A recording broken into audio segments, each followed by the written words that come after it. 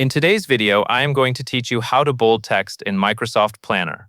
Microsoft Planner does not include a true bold formatting button in most task fields. A simple workaround is to generate bold-looking Unicode text in a browser, then paste it into Planner. I will walk you through that process using Microsoft Planner and an online bold text generator.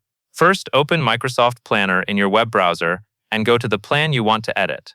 Once you are on the board view, click into the text you want to emphasize. This could be a task title area, or another place where you can type. Highlight the word or phrase you want to appear bold, so it is selected and ready to replace. Next, open a new browser tab and go to a bold text generator website, such as LingoJam's bold text generator. In the generator, click into the input box and type the same word or phrase you just highlighted in Planner. As you type, the site will automatically produce a bold style version in an output area. Take a moment to make sure the output matches what you want, including spacing and capitalization, because you will be copying it exactly as it appears. Now copy the bold style text from the generator. If the site shows multiple styles, choose the bold-looking output that is easiest to read.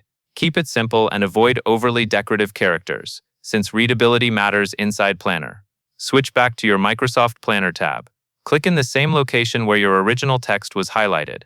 Then paste the bold style text you copied. This replaces the plain text with a bold-looking version that stands out visually, even though Planner itself is not applying real formatting.